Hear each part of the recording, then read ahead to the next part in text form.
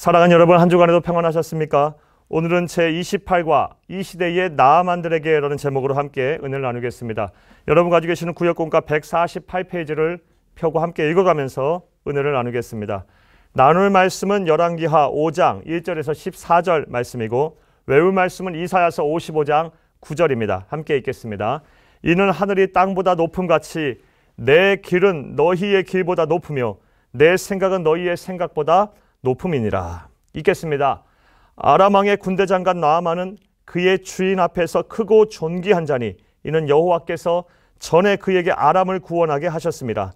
그는 큰 용사이나 나병 환자더라. 열왕기하 5장 1절 말씀입니다. 나아만은 오늘날 시리아 지역의 고대 국가였던 아람 왕국의 군대 장관, 즉 국방부 장관에 해당되는 고위직 장수였습니다. 그를 가리켜 나라를 구한 큰 용사였다고 소개하고 있는 것으로 미루어 보아 나아만은 위로는 왕의 절대적인 신임을 받고 있었을 것이며 아래로는 모든 백성에게 사랑과 신뢰 그리고 존경을 받는 남부러울 것 없는 인물이었을 것입니다. 하지만 이제부터 주치입니다. 그에게는 남모르는 심각한 고민이 하나 있었으니 바로 그가 나병 환자였다는 사실입니다. 여기에 줄을 쳐놓습니다. 나만 장군은 겉으로는 화려하고 모든 것을 다 갖춘 성공적인 사람이었지만 속으로는 나병으로 몸과 마음이 썩어가는 고통을 당하고 있었던 것입니다. 그러던 중 포로로 잡혀온 노예 소녀로부터 하나님의 종 엘리사가 그 병을 고칠 수 있을 것이라는 말을 들은 나아만은 왕에게 허락을 구하였고, 왕은 왕의 친서까지 써주면서 이스라엘 왕의 협조를 구합니다. 그러나 나아만이 온다는 소식과 그가 가져온 아람 왕의 친서를 받은 이스라엘 왕은 큰 근심에 쌓였습니다. 왜냐하면 나아만의 병을 빌미로 아람이 시비를 걸어 전쟁을 하려는 것이 아닌가 오해를 했기 때문입니다. 반면에 이 소식을 들은 엘리사는 이스라엘 왕과는 정반대로 당당했습니다. 그는 나아만을 자신에게 보내라고 하며 자신이 나아만의 병을 고침으로 하나님의 선지자가 이스라엘에 있음을 알게 하겠다고 호언장담을 하였습니다. 기대감을 갖고 나아만은 엘리사를 찾아왔습니다. 그런데 엘리사는 나와 그를 환대하기는커녕 종을 시켜 요단강에 가서 몸을 7번 씻으라는 황당한 지시만을 전달하였습니다. 당연히도 나아만은 분노에 휩싸여 펄쩍 뛰며 몸을 돌렸습니다.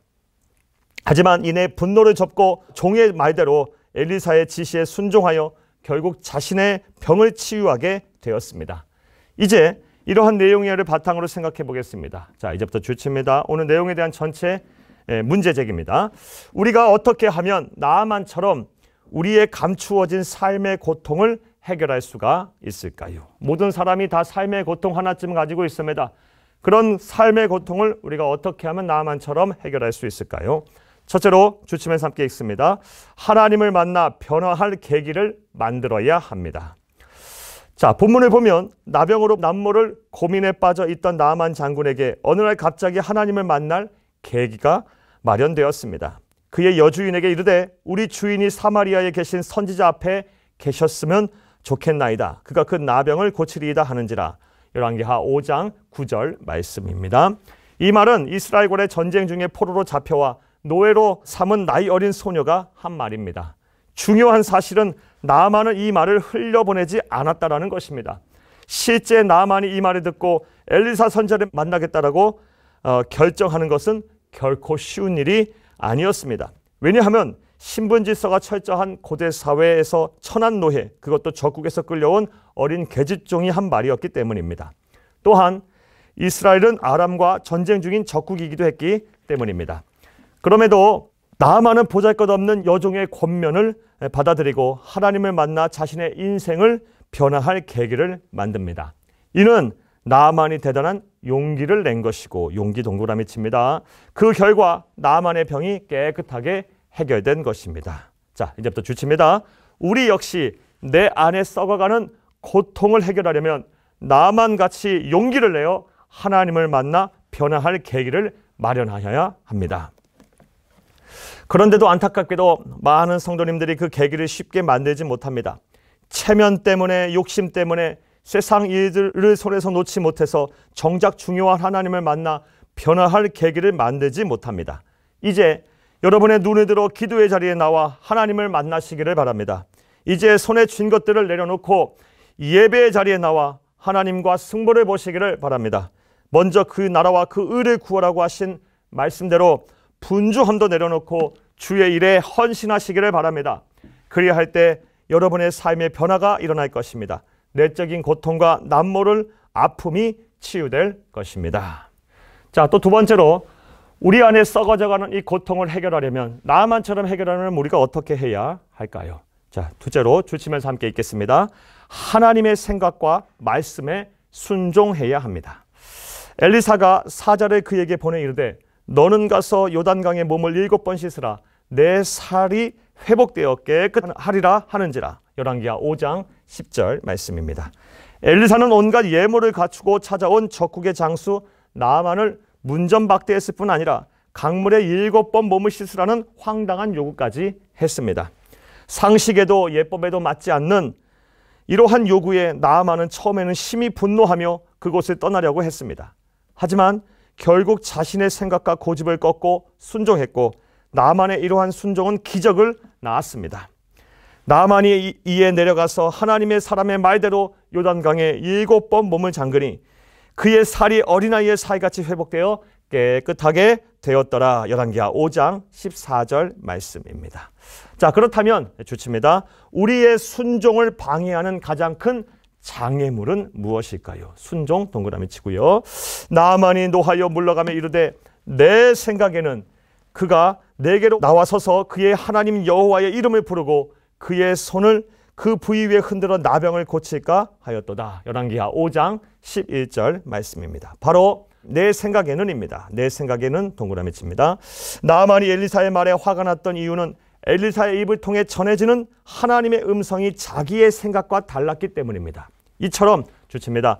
대개의 경우 우리는 내 생각에 사로잡혀 하나님의 말씀에 순종하지 않습니다. 하나님의 말씀에 순종을 방해하는 가장 큰 장애물은 바로 내 생각입니다. 그러나 성경은 이러한 우리의 생각에 대해 경고를 합니다. 이는 내 생각이 너희의 생각과 다르며 내 길은 너희의 길과 다름이니라. 여호와의 말씀이니라. 이는 하늘이 땅보다 높음같이 내 길은 너희의 길보다 높으며 내 생각은 너희의 생각보다 높음이니라. 이사야서 55장 8절에서 9절 말씀입니다. 우리는 내 생각이라는 장벽에 갇혀 측량할 수 없는 하나님의 지혜로운 생각을 재단하고 거부하는 어리석음을 범하지 않기 위해 기도해야 합니다. 내 생각을 걷어내고 온전히 순종하여 하나님께서 기적을 행하실 수 있도록 해야 합니다. 사랑하는 여러분, 우리는 겉으로는 아무런 문제가 없어 보이지만 속으로는 큰 고민과 상처, 아픔을 겪고 있는 이 시대의 나아만들이 어떻게 하면 변화되어 큰 고통에서 벗어난 삶을 살 수 있는지에 대해 생각을 해보았습니다. 중요한 것은 주칩니다. 하나님께서 말씀하시고 행동하시면 우리의 모든 고통은 쉽게 사라진다는 것입니다. 하나님의 일하심, 하나님의 치유와 회복을 경험하기를 원한다면 하나님을 만나 변화할 계기를 만드시기를 바랍니다. 그런 후 내 생각은 내려놓고 하나님의 생각과 말씀에 철저하게 순종하시기를 바랍니다. 까지 주쳐놓습니다. 오늘 내용에 대한 전체 요약이었습니다. 그리하면 과거 나아만을 낫게 하신 성령 하나님께서 이 시대에도 변함없이 일하셔서 삶의 고통 중에 있는 우리들의 고민과 상처, 아픔과 고통을 치유하실 것입니다. 말끔하게 해결하실 것입니다. 이런 은혜와 복이 저와 여러분의 복이 되기를 간절히 주의 이름으로 축복합니다. 할렐루야. 말씀과의 만남 보겠습니다. 1번, 나아만은 자신에게 감춰진 삶의 고통을 어떻게 해결했나요? 하나님을 만날 계기를 만들었습니다. 용기를 내서 하나님께서 치유하시는 그 자리에 찾아왔습니다. 두 번째로 하나님의 말씀에 순종을 하였습니다. 그리하였을 때 하나님께서 기적을 일으키셔서 그의 모든 삶의 고통을 해결하셨습니다. 자, 2번 보겠습니다. 우리의 순종을 방해하는 가장 큰 장애물은 무엇일까요? 바로 내 생각이 문제입니다. 내 판단이 문제고 내 결정이 문제고 내 고집이 문제입니다. 내 성품이 문제입니다. 이제 하나님의 말씀에 여러분의 생각을 조금 내려놓고 하나님의 말씀에 온전히 순종하셔서 하나님의 기적이 여러분의 기적이 되기를 간절히 주의 이름으로 축복합니다. 3번 보겠습니다.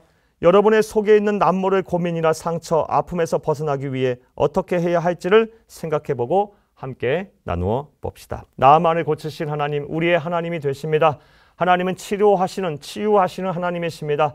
하나님의 전적인 능력에 여러분의 삶을 맡기고 오늘 우리에게 주신 이 말씀대로 여러분 꼭 하나님을 만날 계기를 만드시고 무너진 기도의 재단을 쌓으시고 무너진 예배의 자리를 회복하시기를 바라며 무너진 사명과 또 사역의 자리를 봉사와 충성과 헌신의 자리를 다시 회복하시기를 바랍니다. 하나님을 만나면 모든 문제가 해결됩니다. 그런 하나님의 말씀에 온전히 순종하시면 반드시 하나님께서 여러분을 고치실 것입니다. 여러분을 회복시키실 것입니다. 여러분을 통해서 하나님 일하실 것입니다. 이런 은혜와 복이 저와 여러분의 복이 되기를 간절히 주의 이름으로 축복합니다. 감사합니다.